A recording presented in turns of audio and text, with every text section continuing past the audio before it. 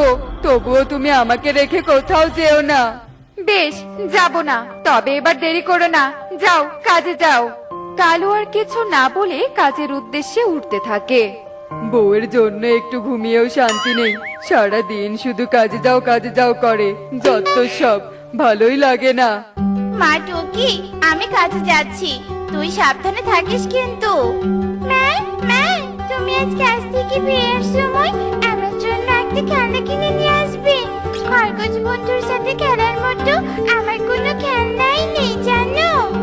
মারে, খেলনার যে দাম, অত দাম দিয়ে খেলনা কেনার সামর্থ্য যে আমার নেই। তুই আমার প্রতি মন খারাপ করিস না মা, সামর্থ্য হলে আমি তোকে খেলনা কিনে দিব। আচ্ছা ঠিক আছে মা, আমি মন খারাপ করিনি। যাও, তুমি কাজে চলে যাও, আর রাস্তায় আমার খরগোশ বন্ধুর দেখা হলে আমার কাছে আসতে বলবে, কেমন? আচ্ছা ঠিক আছে রে মা। এই বলে টনি উঠতে থাকে। অন্যদিকে কালু ইগলের জমিতে কোদাল দিয়ে মাটি খনন করতে থাকে। কি কোদালে কিছু একটা লেগে শব্দ হলো মনে হলো, দেখি তো মাটি